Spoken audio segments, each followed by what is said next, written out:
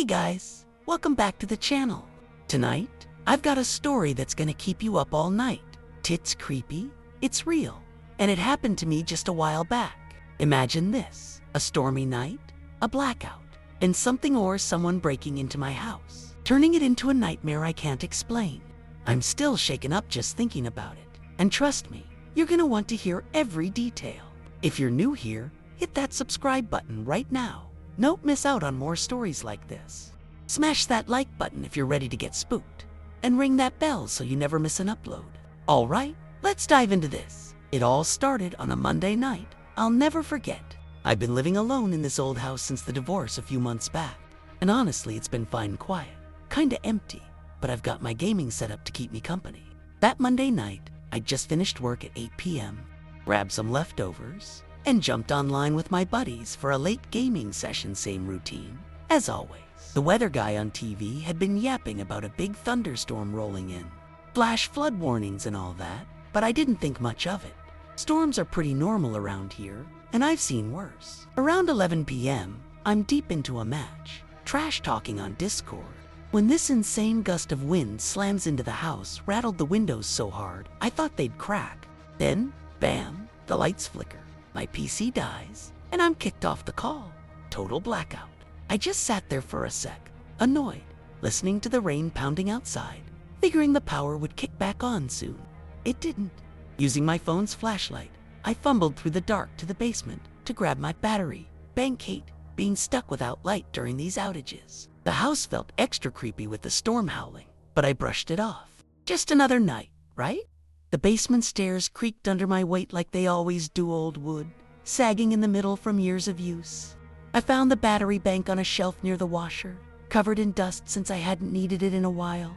As I grabbed it, I heard this weird thump from upstairs, sharp enough to make me freeze. My brain went straight to the storm. Maybe a branch hit the roof or something. I shook it off and headed back up, plugging the battery into a little camping lamp I keep in the living room.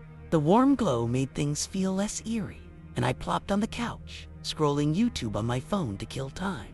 I hate trying to sleep when the power's out, feels too exposed. You know, the storm was still raging, wind whistling through the cracks in the windows, and every now and then, thunder would rumble so loud it vibrated in my chest. I kept telling myself it was nothing, just weather, doing its thing. But then I got curious and peeked out the front window, squinting through the rain. Weird thing was, a couple houses down the street still had their lights on.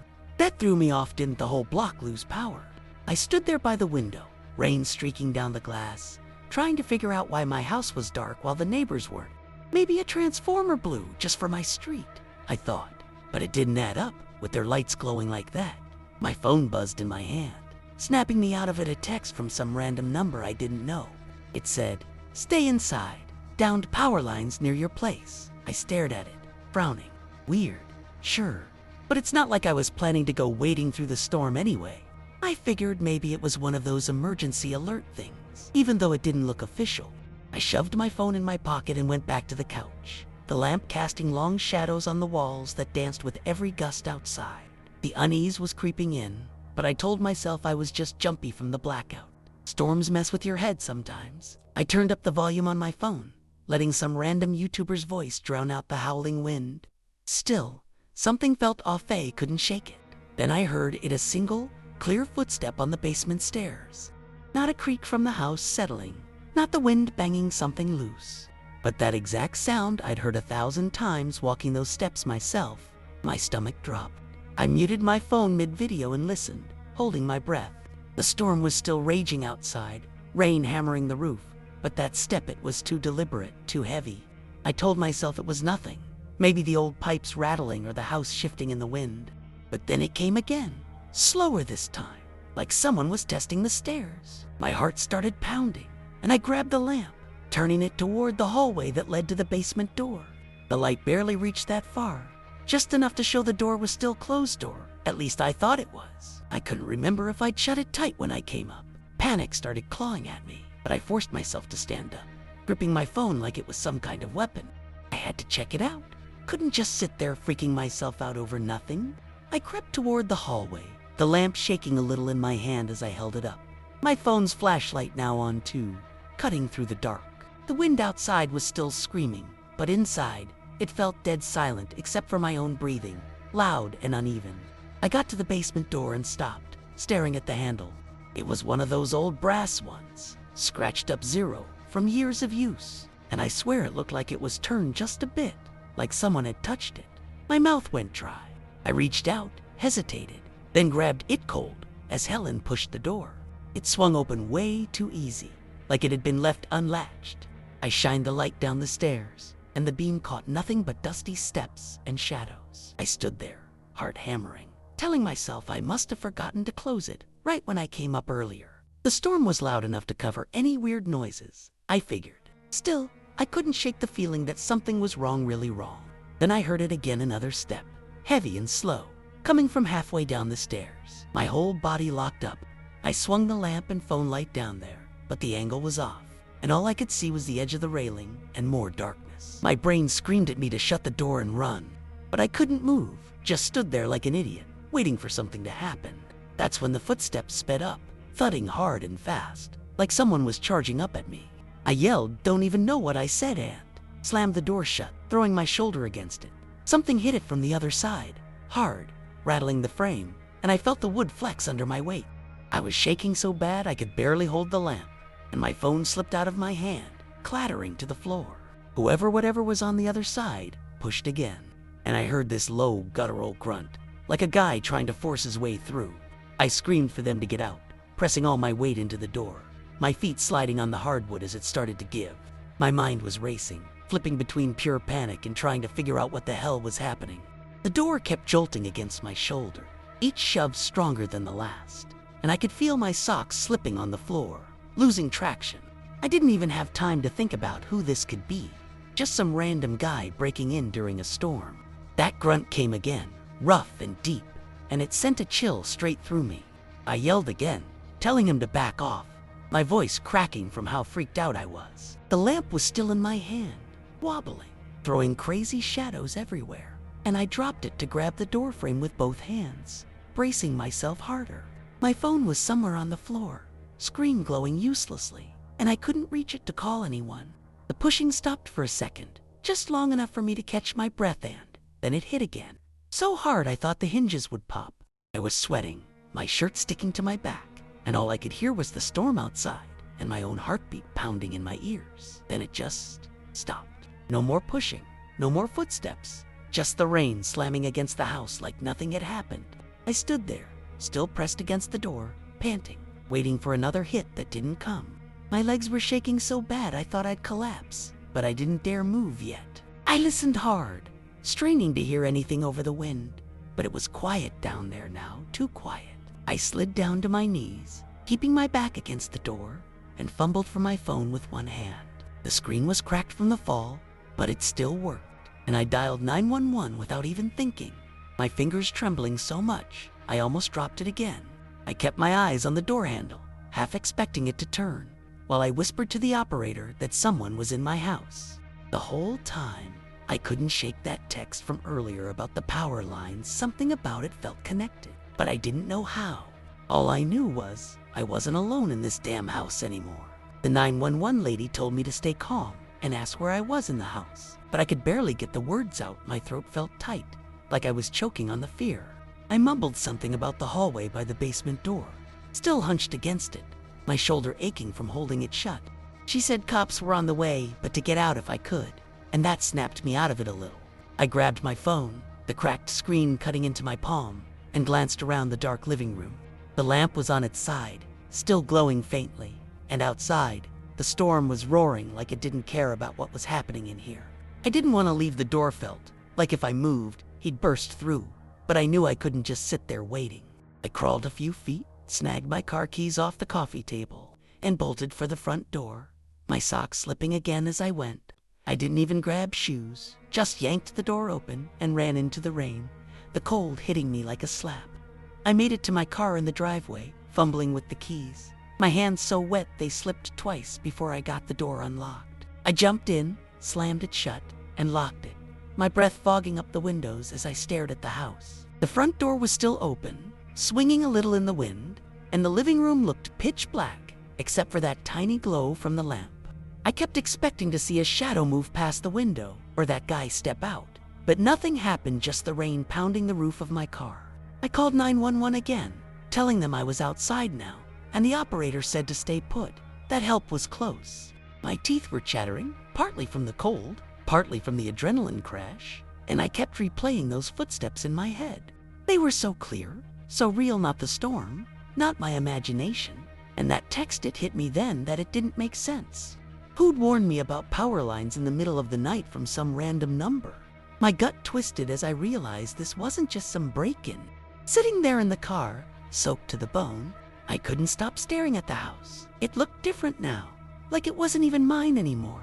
The rain was coming down in sheets, blurring everything, but I kept my eyes locked on that open front door, waiting for something to happen. My phone buzzed again, and I jumped so hard I banged my knee on the steering wheel. It was just the 911 operator checking in, saying the cops were 5 minutes out, but my hands were still shaking as I answered her. I told her about the text from earlier, how it didn't feel right, and she got quiet for a second before saying they'd look into it.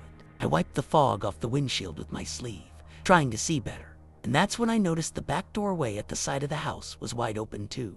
I hadn't touched that door all night. My stomach flipped, and I realized whoever was in there might have bolted out the back while I was running to the car.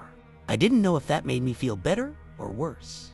The storm wasn't letting up. Thunder cracked so loud it shook the car, and lightning lit up the whole yard for a split second. In that flash, I swear I saw something move near the back door, just a shape ducking around the corner of the house. I blinked, and it was gone. Maybe my eyes playing tricks, maybe not. I leaned forward, squinting through the rain, but it was too dark to tell. My heart was racing again, and I gripped the keys so tight they dug into my hand.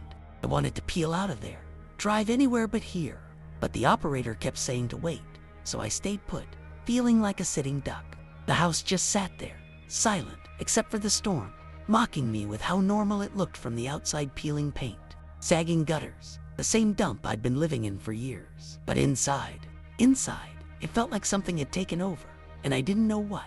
All I could think about was that grunt, those footsteps, and how close that guy got to breaking through. I kept my eyes glued to the house, the rain drumming on the car roof so loud it was hard to think straight. Every shadow felt like it was moving.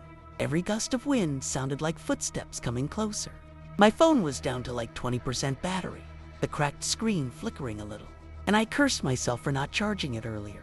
The operator stayed on the line, her voice calm but starting to feel distant, like she couldn't really help me from wherever she was. I told her about the back door being open, how I thought the guy might have run out that way, and she just said to keep watching and let the cops handle it.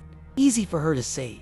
She wasn't the one stuck out here, alone, with some creep who'd been in my house. I kept wiping the windshield, my sleeve dripping wet now, and checked the rearview mirror, half expecting to see someone sneaking up behind me.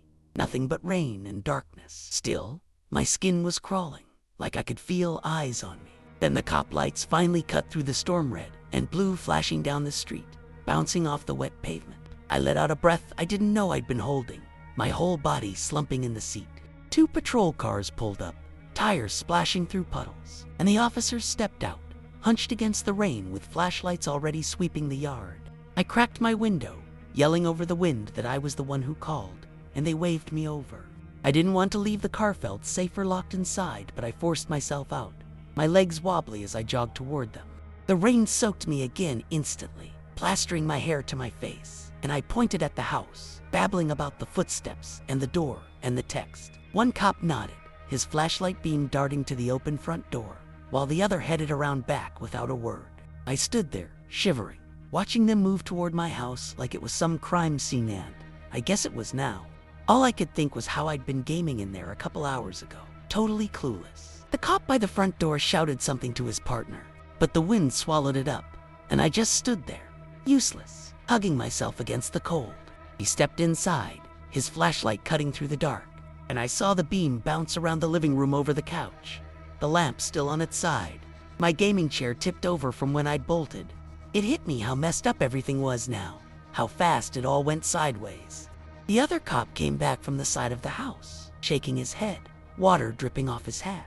He yelled over to me that the back door was open, but no one was there, no footprints in the mud either, which didn't make sense with how soaked everything was. I stammered out something about the guy running off before they got here, but my voice sounded weak. like I didn't even believe myself. They told me to stay put while they checked inside, and I nodded, leaning against my car, the rain still pelting me. I didn't want to go back in. They're not yet. Maybe not ever. It felt like forever. Standing out there watching their lights move through the house, my teeth chattering and my mind spinning. When they finally came out, the first cop waved me over, his face all serious but not panicked, which I guess was good.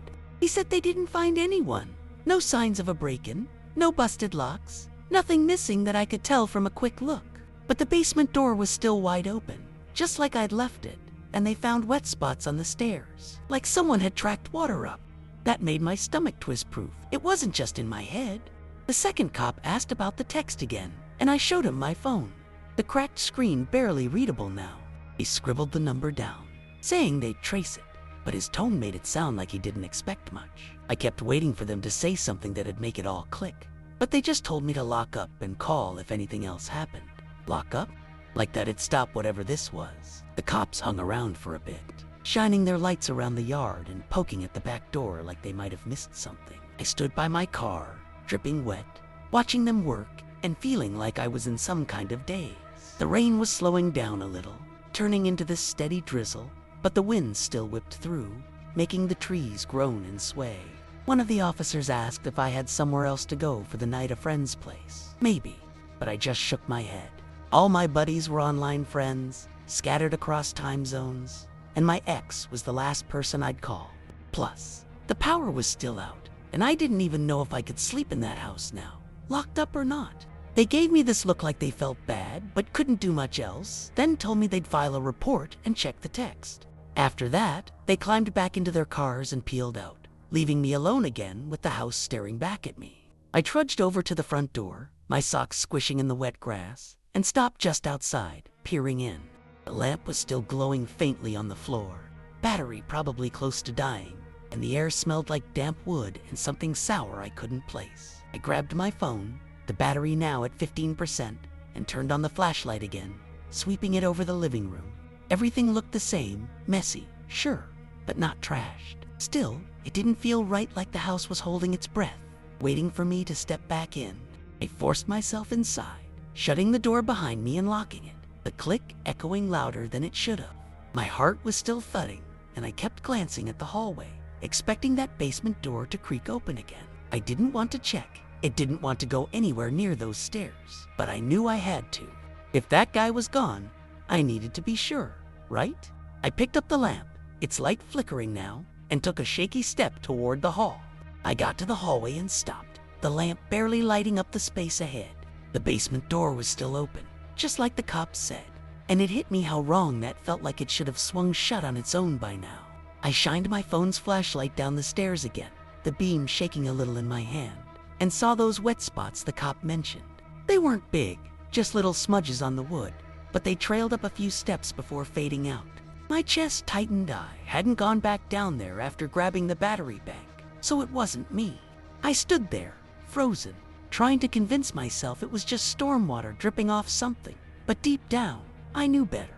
That grunt, those heavy footsteps, the way the door shook it, all came rushing back, and I felt sick.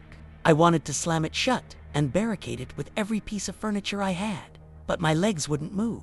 The house was dead quiet now, no wind or rain to cover the silence, and it made every little sound like my own breathing feel way too loud. I finally snapped out of it and grabbed the door handle, yanking it closed so hard the frame rattled. I didn't have a lock for it, just an old latch that had never worked, right? So I dragged a chair from the kitchen and wedged it under the knob, my hands trembling the whole time. It wasn't much, but it made me feel a tiny bit better, like I'd at least slowed down whatever might come up those stairs. I stepped back, wiping my sweaty palms on my soaked jeans, and listened again. Nothing. No creaks, no thumps, just the faint hum of the lamp dying out behind me. I turned it off to save the battery and sat on the couch, pulling my knees up, my phone clutched in both hands. The cracked screen glowed dim, and I kept checking the signal, half hoping the power would kick back on, so I wouldn't feel so trapped. But it didn't, and the house stayed dark, pressing in around me like it was alive, waiting for me to let my guard down. I sat there on the couch, staring at that chair propped against the basement door, and every little noise made me jump, like the house settling or a branch scraping outside. The storm had died down to almost nothing, just a faint drizzle tapping the windows, but it didn't help me relax. My phone was at 12% now, and I turned the brightness down, trying to save it in case I needed to call someone again. I kept replaying the night in my head, gaming with the guys. The power going out? That damn tech stand, it all felt like a setup now. Who'd send that? Who'd know I'd go to the basement? The more I thought about it, the more it creeped me out, like someone had been watching me, waiting for the storm to hit. I glanced at the front window, half expecting to see a face pressed against the glass, but it was just black out there. My skin prickled anyway, and I pulled a blanket over me, even though it was damp from the rain I'd tracked in. I couldn't sit still for long. My nerves were shot, so I got up and paced the living room, keeping the basement door in the corner of my eye. The chair hadn't moved, but I didn't trust it to hold if that guy came back. I grabbed a baseball bat I kept by the TV chest, some old thing from when I played as a kid, and gripped it tight, feeling a little less helpless. I checked the back door next, shining my phone light on it, and saw it was still unlocked from when the cops checked it. My stomach dropped. I'd been so freaked out I hadn't even thought to secure it. I twisted the deadbolt fast, the click loud in the quiet, and peeked out the little window above the sink. The yard was empty, just mud and shadows, but I couldn't shake the feeling that someone was out there, lurking. I backed away, bat in one hand, phone in the other, and decided I'd stay up all night if I had to. No way was I closing my eyes with that basement door so close. I went back to the couch, propping the bat against the armrest where I could grab it fast, and sat there, listening to the house like it might give me some clue. The silence was worse than the storm. Every creak of the floorboards or drip from the leaky roof felt like a signal, like something was about to happen. My phone was down to 10%, and I turned off the flashlight, relying on the faint moonlight coming through the windows now that the clouds were thinning out. I kept checking the time. 1:47 a.m. and wondered how long I'd have to sit there before I felt safe enough to move. The cops hadn't called back about the text, and the power was still out, leaving me stuck in this weird limbo. I pulled the blanket tighter, my wet clothes sticking to me, and tried to focus on breathing slow, but my heart wouldn't stop racing. That grunt kept echoing in my head, low and guttural, like it wasn't even human. Then I heard a faint scrape, like something dragging across wood, coming from the basement. My whole body went cold, and I snatched the bat, standing up so fast, the blanket fell to the floor. I stared at the chair against the door. It hadn't moved, still wedged tight, but the sound was real, not my imagination. It came again, slower this time, like fingernails scratching down the steps.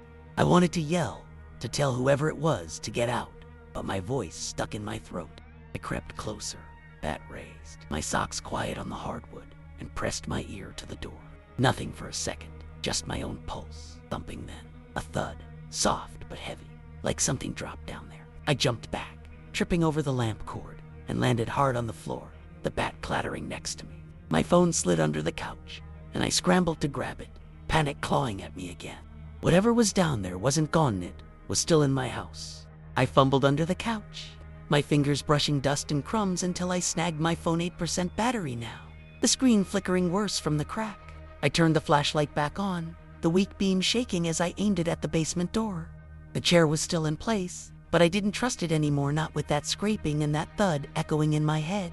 I picked up the bat again, gripping it so hard, my knuckles hurt, and stood there, staring at the door like it might bust open any second.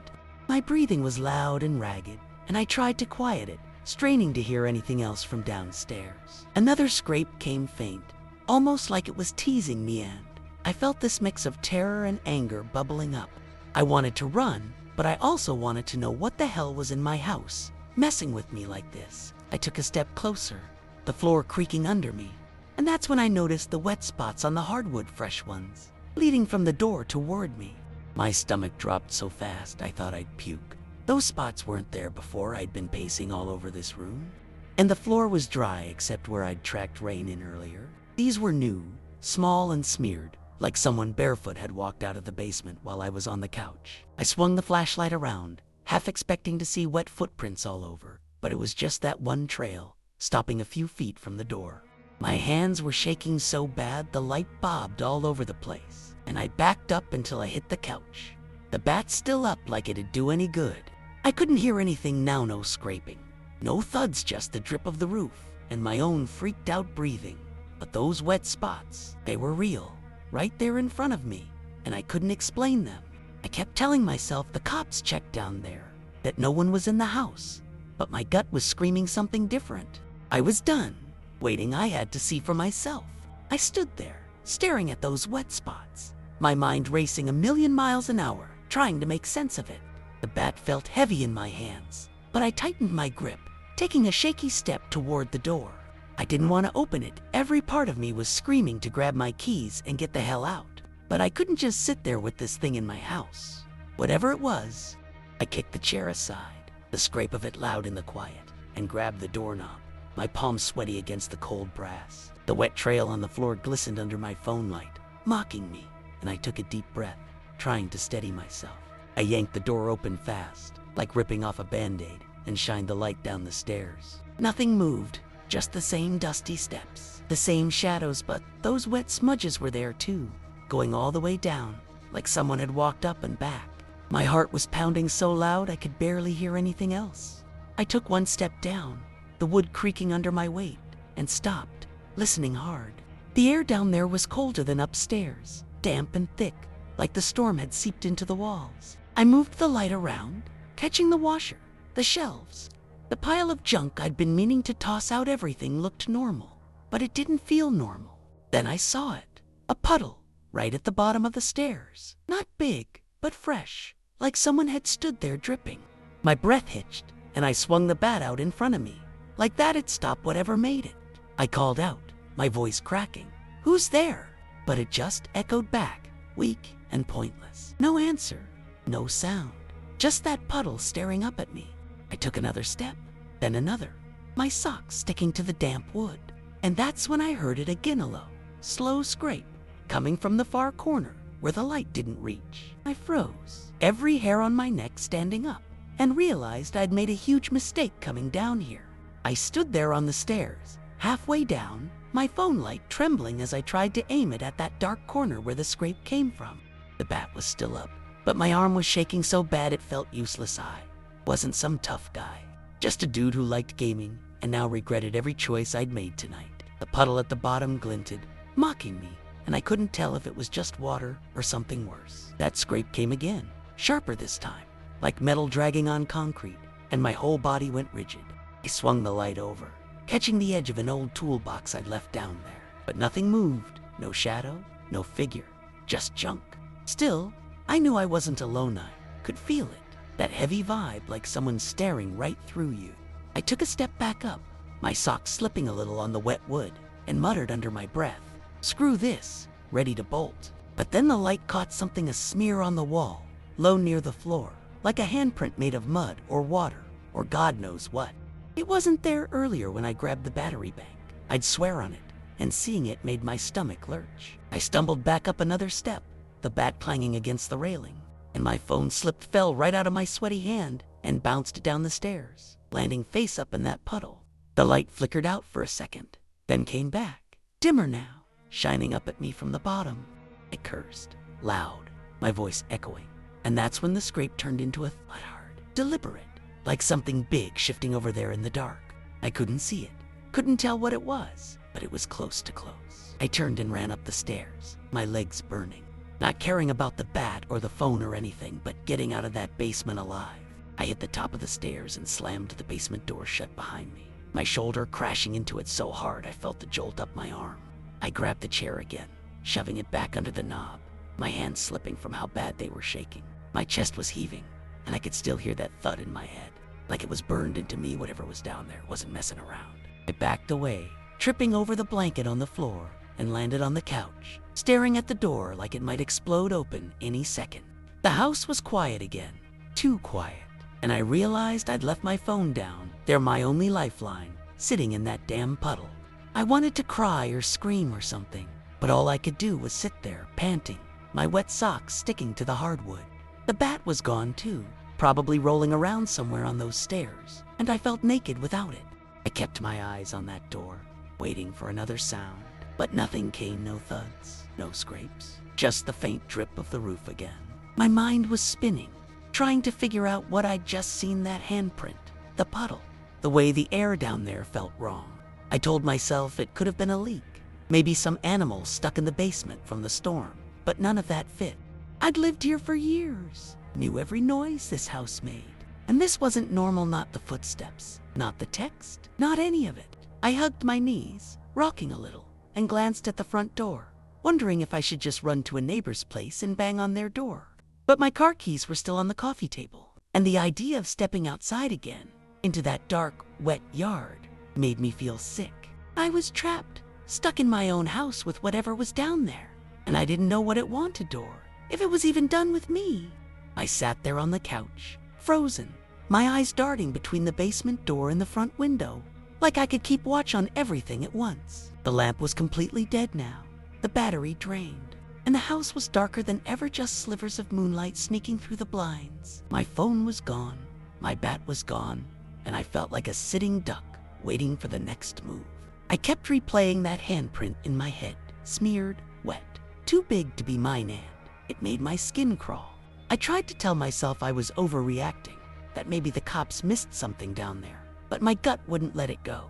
That thudded wasn't a pipe or a rat. It was heavy, intentional, like something wanted me to hear it. I wiped my sweaty hands on my jeans, my heart still racing, and wondered how long I could stay awake before I'd have to face whatever this was. Then I heard it a creak, slow and deliberate, from the basement stairs again. My whole body tensed, and I grabbed the edge of the couch, my nails digging into the fabric. It wasn't loud, not like the footsteps before, but it was their step. Pause, step-like. Something was climbing up, taking its time. I held my breath, praying it was just the house settling, but then it creaked again. Closer now, maybe halfway up. I wanted to yell to scare it off, but my throat was locked up tight. The chair was still wedged against the door, but it didn't feel like enough, not with how hard that guy had pushed earlier. I glanced at my keys on the table, my legs twitching to run, but I couldn't make myself move. Another creak, louder, and I swear I saw the door shift just a tiny bit, like something pressed against it from the other side. My stomach twisted, and I whispered to myself, please, no, over and over, like that'd stop it. I couldn't take my eyes off that door. The way it shifted, just a hair, made my blood run cold. The creaking stopped, but the silence was worse, like whatever was down there was waiting, listening, just like me. I gripped the couch tighter, my knuckles white, and kept my breathing shallow, scared even that'd give me away. The chair hadn't budged much, but I didn't trust it to hold, not against something that could make those thuds, that could leave wet trails and handprints. My mind flashed back to the guy charging up the stairs earlier, that grunt, and I wondered if it was still him or if it was something else now. I didn't know which was worse. The keys were right there, 5 feet away, but it might as well have been a mile away. Was too terrified to move, too afraid of what had happened if I turned my back. Then the door rattled just once, hard, like something slammed into it from below. I yelped, scrambling back on the couch, my legs kicking out as the chair slid an inch across the floor. My heart was in my throat, and I grabbed a cushion, holding it like a shield, staring at the door as it settled back into place. No more sounds, no more movement, but I could feel that something was right there, on the other side, so close I could almost picture it breathing. I wanted to scream for help, but my neighbors were too far, and my phone was still down those stairs, probably dead by now. The house felt smaller, like the walls were closing in, and all I could think was how I'd never felt this scared in my own place before.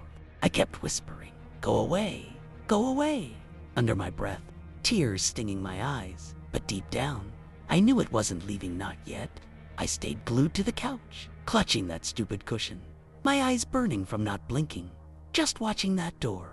The chair was still cocked a little from the slam, one leg off the ground, and I kept waiting for it to slide again, for something to bust through. My whole body was buzzing with adrenaline, but I felt heavy too, like I couldn't run even if I tried. The silence stretched out, thick and suffocating, and I started second-guessing. Every sound was that a creak from the wind or something else. I wiped my face with my sleeve, my cheeks wet from tears I didn't even realize I'd shed, and tried to slow my breathing. The keys glinted in the moonlight, taunting me, but I couldn't make myself grab them, not with that thing so close. I kept thinking about the cops, how they didn't find anyone, and wondered if I'd imagined it all until I remembered those wet spots, that handprint, real as anything. Then it hit me, the smell. It was faint at first, creeping up through the cracks around the door, but once I noticed it, I couldn't unsmell it. It was sour, damp, like wet dirt and something rotten, and it made my nose wrinkle. I hadn't smelled it earlier, not when I was down there or when the cops checked. And it wasn't the usual musty basement stink. This was sharper, wrong, like something had brought it up with it. I gagged a little, pressing the cushion to my face, but it didn't help. The stench was in the air now, seeping into the room. My stomach churned, and I felt this primal panic, like my body knew something my brain didn't. I glanced at the door again, and that's when I saw it, a thin trickle of water, dark and slow, leaking out from under the frame, pooling on the hardwood. It wasn't much, but it was moving, spreading toward me, and I knew it wasn't just rain. I stared at that trickle of water, my brain screaming at me to move, but my legs wouldn't listen, just locked up, like I was stuck in a nightmare. It wasn't clean like rainwater. It was murky, almost black in the dim light, and it kept oozing out, slow and steady, soaking into the floor. The smell got worse with it, hitting me in waves, rotten and earthy, like something dead had been soaking down there. I dropped the cushion, my hand shaking as I pushed myself up, finally getting my feet under me. I didn't care about the keys anymore. I just wanted out, away from that door and whatever was leaking through it. I stumbled toward the front door, my socks slipping on the hardwood, and glanced back just long enough to see the puddle spreading, inching past the chair. My chest felt tight, like I couldn't get enough air, and I fumbled with the lock, my wet fingers sliding off it twice before it clicked. I yanked the front door open and bolted outside, the cold air slamming into me. But I didn't stop, just ran straight to my car, barefoot and soaked. The gravel driveway cut into my feet, but I didn't care. All I could think about was that water, that smell, and how it felt like the house was pushing me out. I got to the car, yanked the door open, and jumped in, slamming it shut and locking it fast. My hands were trembling so bad I could barely get the key in the ignition, but I managed, the engine sputtering to life. I looked back at the house, the front door still open, swinging a little in the breeze, and saw that faint glow from my phone still shining up from the basement stairs through the hallway. Then, just for a second, I thought I saw something move low to the ground, dark, crawling across the living room floor toward the door. I didn't wait to figure it out, tires spinning in the mud, and peeled out of there as fast as I could. I drove like a maniac, the car fishtailing on the wet road, my headlights cutting through the drizzle and darkness. My hands were white-knuckling the steering wheel, and I kept checking the rearview mirror, half expecting to see something chasing me, those headlights catching a shape in the rain. Nothing was there, just the empty street and my house shrinking behind me. But I couldn't shake the feeling of being watched.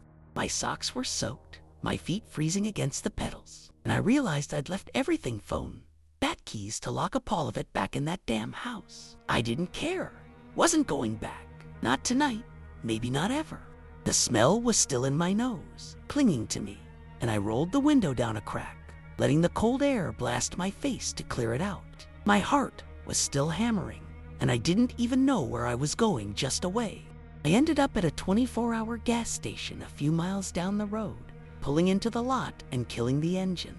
The fluorescent lights buzzed overhead, harsh against the night, and I sat there, breathing hard, trying to piece it all together.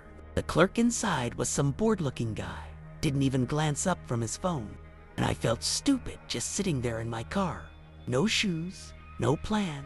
I checked my pockets, nothing but lint and a crumpled receipt, and realized I couldn't even call anyone without my phone. My head dropped back against the seat, and I stared at the roof, the adrenaline finally crashing, leaving me shaky and exhausted. That text, the footsteps, the water, it didn't add up, but it was real, all of it. I kept seeing that dark trickle in my mind, spreading across the floor, and wondered what the hell I'd let into my house, or what had been there all along, waiting for a night like this. I sat in that gas station lot for what felt like hours, just staring out the windshield at the flickering sign, my brain stuck on a loop of everything that happened.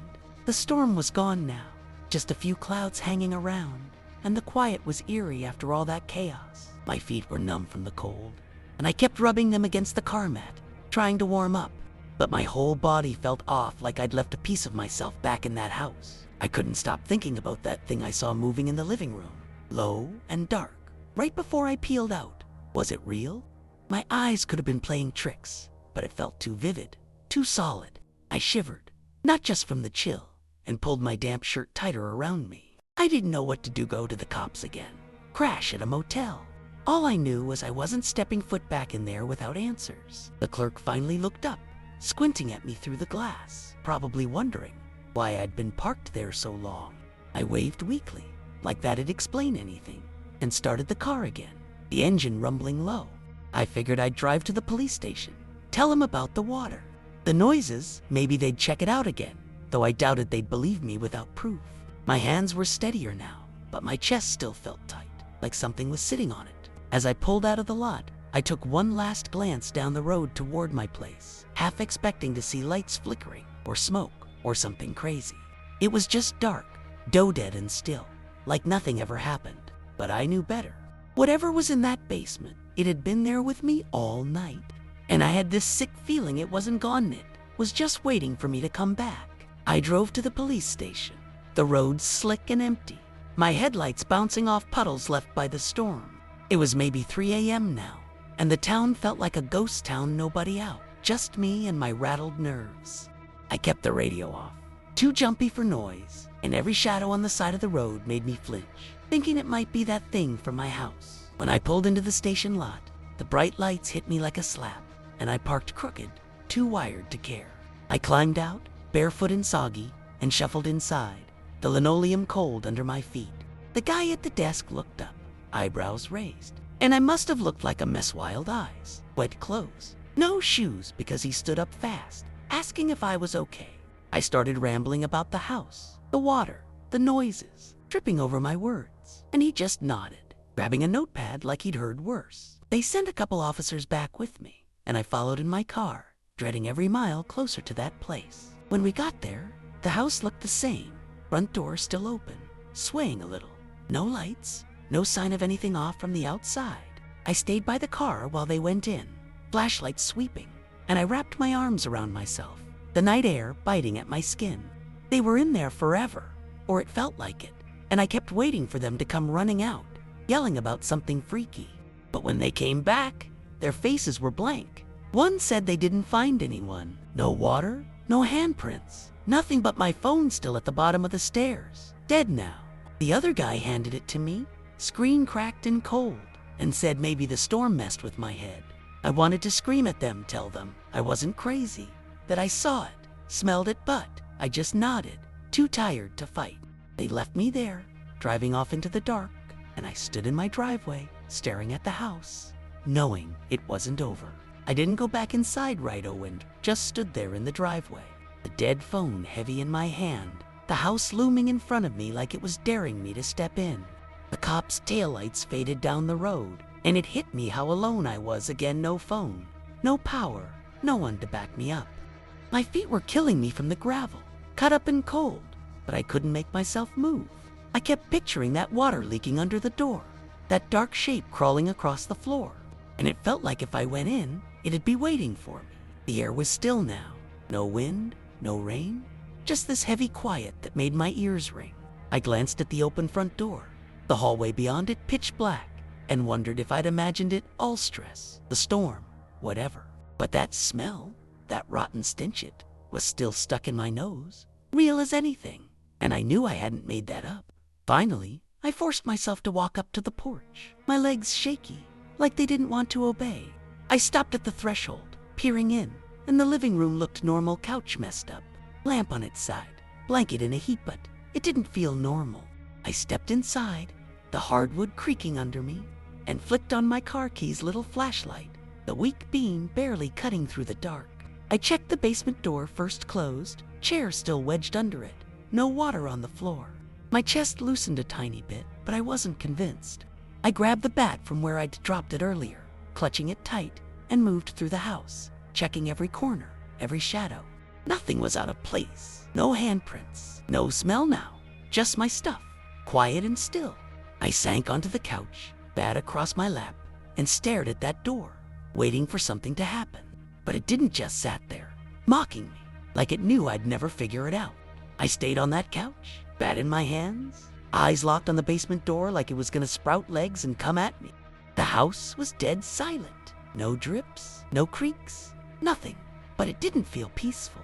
It felt like the calm before something worse. My car key flashlight was still on, the little beam pointed at the floor, and I kept it there, too scared to turn it off and lose what little light I had. My phone was useless, battery gone, and I kicked myself for not charging it more before all this started. I kept running through the night in my head. The text, the footsteps, that water end, it didn't make sense how it could all just vanish like the cops said. I wanted to believe them, that I'd freaked myself out over nothing, but my gut wouldn't let me. That smell, that thud, they were real, and I couldn't shake the feeling something was still here, biding its time. The clock on the wall said 4:30 a.m., been up all night, and my body was screaming for sleep, but my brain wouldn't shut off. My eyes were gritty, stinging from staring so hard, and I rubbed them, blinking at the door again.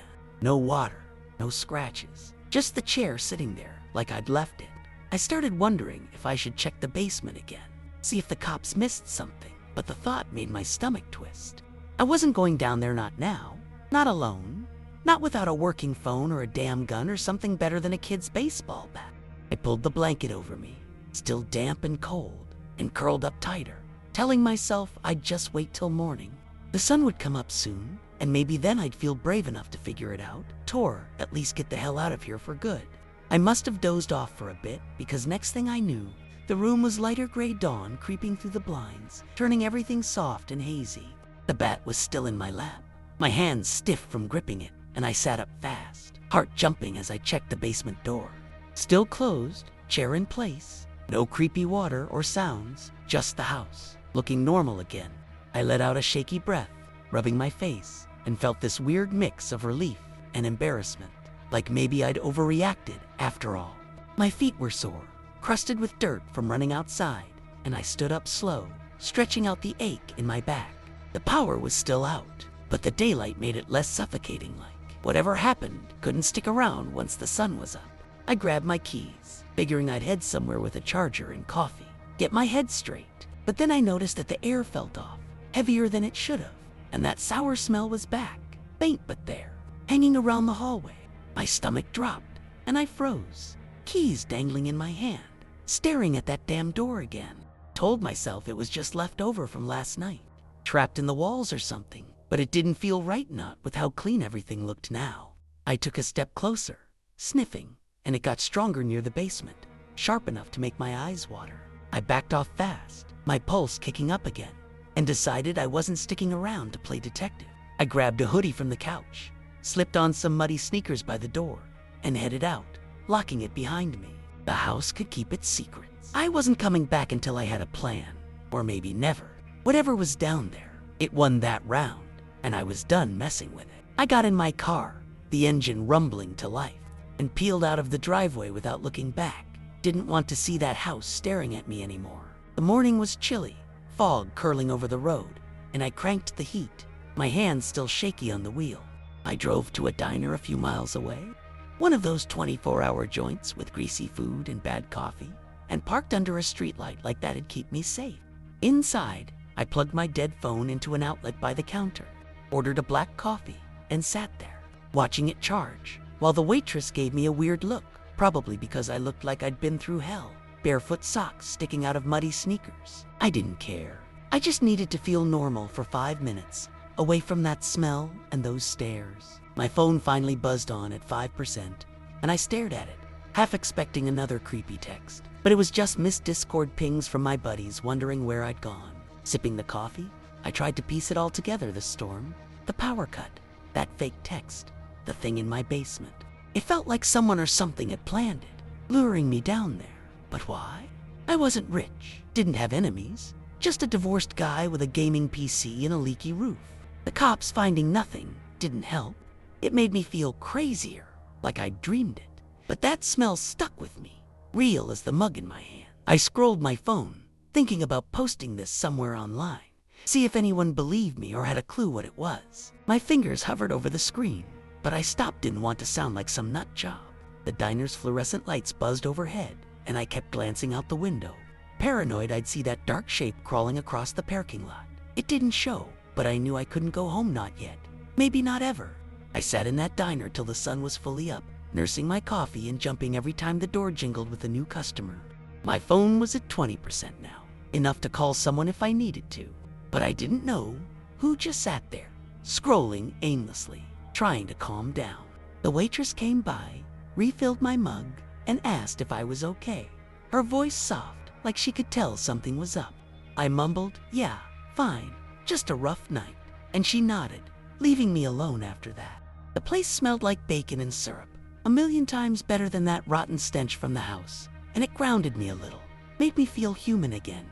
But every time I closed my eyes, I saw that water leaking under the door, that handprint on the wall, and my stomach would twist all over again. I couldn't shake it. Whatever happened wasn't done with me, even if I was miles away now. Around 7 a.m., I decided I had to do something. Couldn't just hide out in a diner forever. I paid with some crumpled bills from my pocket, left my cold coffee half full, and headed back to the car, my sneakers squishing on the wet pavement. The fog was lifting, the town waking up, but I still felt like I was in some kind of bubble, cut off from everyone else. I thought about crashing at a motel, but money was tight, and I didn't want to explain this to anyone. Yet not my ex, not my online friends, nobody. I drove to a hardware store instead, figured I'd grab some locks, maybe a cheap flashlight, something to make the house feel mine again if I ever went back. Standing in the aisle, staring at deadbolts, I kept hearing that thud from the basement in my head, and I wondered if any lock would be enough. Deep down, I knew it wasn't about the door, it was about what was behind it, and I still didn't have a clue what that was. I grabbed a couple heavy-duty locks and a pack of batteries from the hardware store, my hands sweaty as I tossed them in the cart. The cashier didn't say much, just rang me up while I stood there, shifting on my sore feet, trying not to look as paranoid as I felt.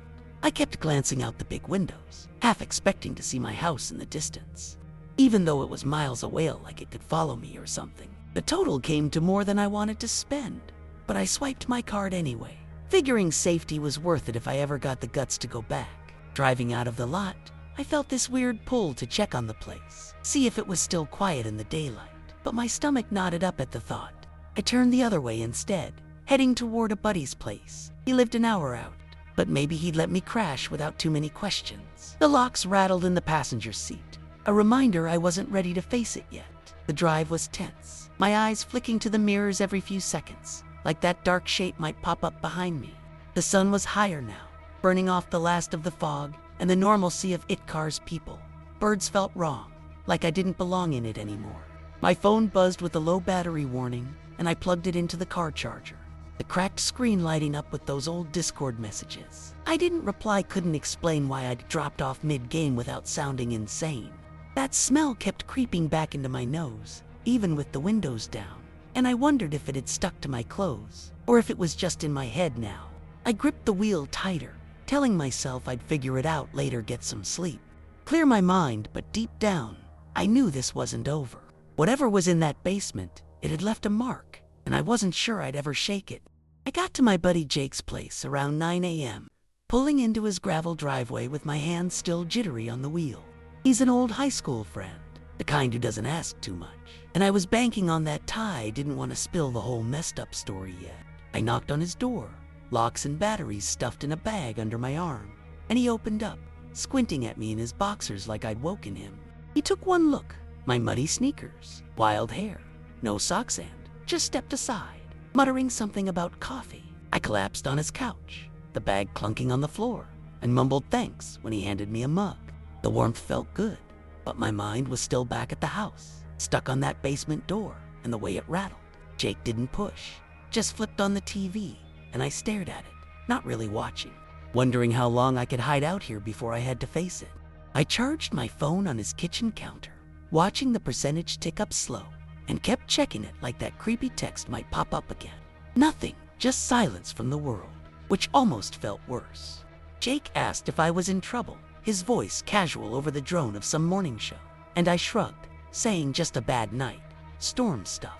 He nodded, didn't dig deeper, and I was grateful I wasn't ready to say out loud that something had been in my house. Maybe still was. The coffee helped, but my legs kept twitching, restless, and that sour smell kept teasing my nose. Faint, but stubborn. I wondered if I'd ever feel safe again, or if that house had ruined me for good. Staring at the locks in the bag, I decided I'd go back eventually, had to, but not today. Whatever was down there could wait, or so I told myself. Jake's couch was lumpy, but I crashed hard anyway, passing out with the TV still mumbling in the background. I don't know how long I slept, maybe a couple hours, but I woke up sweaty, heart racing, like I'd been running from something in my dreams. The room was bright, sunlight blasting through the blinds, and Jake was gone, probably at his part-time gig. My phone was at 60% now, sitting on the coffee table, and I grabbed it, scrolling through nothing just to keep my hands busy. That smell was still there, faint under the stale cigarette stink of Jake's place. And I checked my hoodie, nothing wet, no stains, but it was like it had soaked into me somehow. I kept seeing that dark water pooling on the floor, that shape moving in the living room, and it hit me hard. I couldn't just sit here forever, pretending it didn't happen. I got up, pacing Jake's cramped living room, the bag of locks rattling when I kicked it by accident. My sneakers were still damp, crusted with mud, and my feet ached every time I moved, but I couldn't stay still. I thought about calling the power company, see if they'd fixed the outage. Maybe use that as an excuse to check the house without going full-on crazy mode. But my gut twisted at the idea of stepping back inside, seeing that basement door again locked or not. It didn't feel like enough. I texted Jake instead, asking if I could crash another night, and he shot back a quick, "Yeah, sure, no questions." Good guy. I sank back onto the couch, staring at the ceiling, and tried to convince myself it was over, that whatever was in there had crawled back to wherever it came from. But I knew I was lying to myself. That house wasn't done with me yet. I spent the rest of the day at Jake's, flipping through channels and trying to keep my mind off the house. But it was useless. Every quiet moment brought it back. My phone kept buzzing with random notifications, and each one made me jump, expecting that unknown number to pop up again. Nothing did, just spam and old group chats. But I couldn't relax. I dug through Jake's fridge, found some leftover pizza, and ate it cold, standing by the sink, staring out his window at the normal world kids biking, cars rolling by. It felt fake, like I didn't fit in it anymore. Not after last night. That smell stuck with me, sour and faint, and I kept sniffing my hands, my sleeves, wondering if I'd tracked it here, or if it was just burned into my brain. I needed a shower, a real bed, but I wasn't leaving not yet. By afternoon, I was antsy, pacing again, the locks in that bag staring at me from the floor. I knew I couldn't hide out forever. Jake was cool, but I had a job, a life, even if it felt like it had been ripped apart. I sat down, Googled power outages in my area, and saw a notice fixed as of 6 a.m. So my house had juice again. That should have been good news, but it just made me picture the basement lights flicking on, illuminating whatever was down there. I shivered, rubbing my arms, and thought about calling the cops again. Maybe get them to check it with me there. But what did I say? Hey, I saw water and smelled something bad. They'd laughed me off, and I didn't have proof anymore. Not with my phone dead and the house cleaned up. I leaned back, closing my eyes, and decided I'd go back tomorrow daylight. New locks. Maybe Jake for backup. I wasn't ready, but I had to be. Jake got home around 5 p.m., tossing his keys on the counter and nodding at me like nothing was weird about me still being there.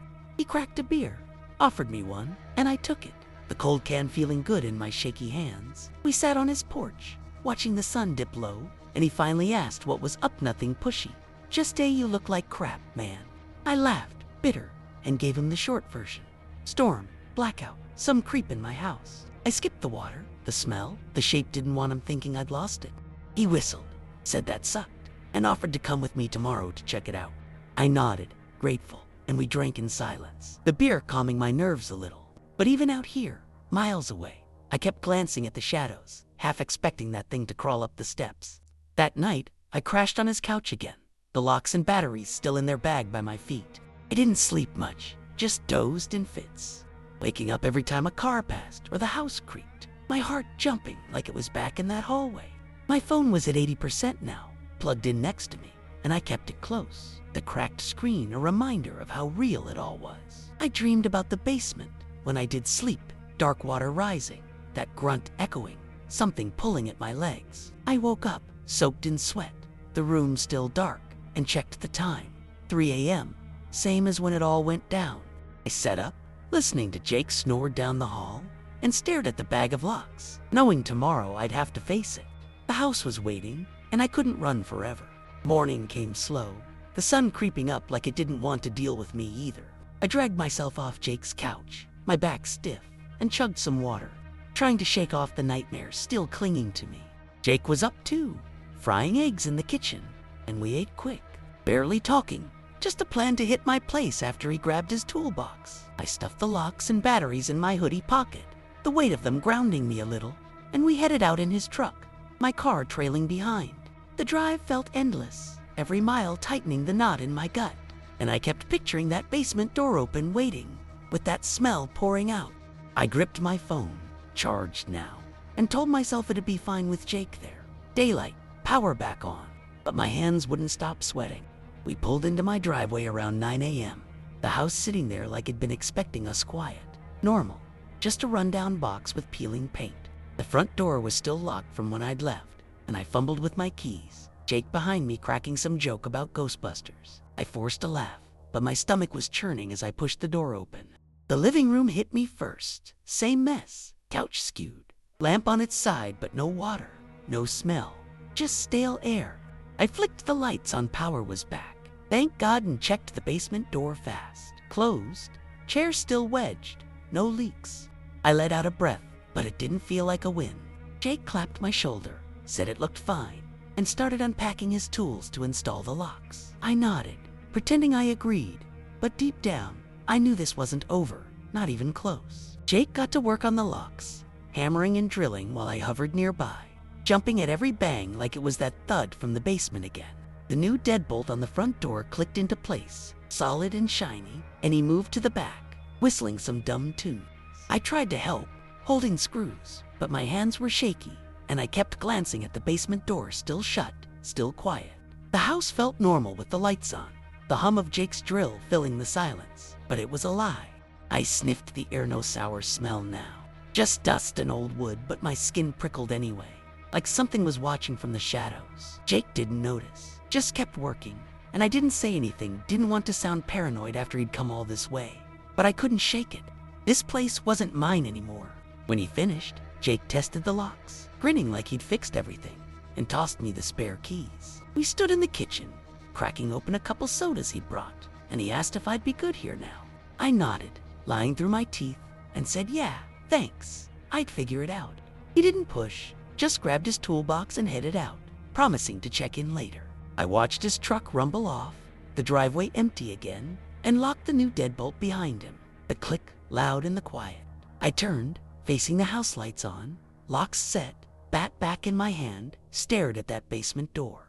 No noises, no water, nothing weird, but I felt it, a weight, like the air was thicker down there. I wasn't sleeping tonight, not here, not alone, and I knew I'd never trust this place again.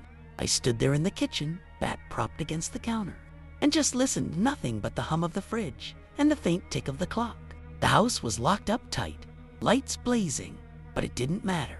It still felt wrong, like it was holding its breath, waiting for me to slip up. I grabbed my phone, fully charged now, and scrolled through old texts. Avoiding that unknown number from the storm, I didn't want to see it, didn't want to think about who sent it. The day dragged on, sunlight fading outside, and I stayed upstairs, avoiding the basement like it was cursed. No more noises, no smells, no dark shapes, just a quiet house, same as always. But I knew better. Whatever happened that night had left something behind, even if I couldn't see it. I ended up on the couch again, bat in my lap, staring at that door till my eyes burned, too scared to sleep. By nightfall, it was over, roar. At least, it stopped. No creaks, no thuds, no water leaking out, just silence. Heavy and final, like the house decided I wasn't worth messing with anymore. I stayed up till dawn, waiting for it to start again. But it didn't, just left me there, wrecked and jumpy, with a bunch of new locks and no answers. I still don't know what it was, that guy, that thing, whatever crawled out of my basement. The text never came back, the cops never called, and the house just sat there, normal again, like it had never tried to scare me to death. I'm still here, too stubborn or too broke to leave, but I don't go down those stairs, not ever. It's been quiet since, and I can't explain. It started out of nowhere, ended the same way, and I'm stuck wondering if it'll come back someday when I least expect it.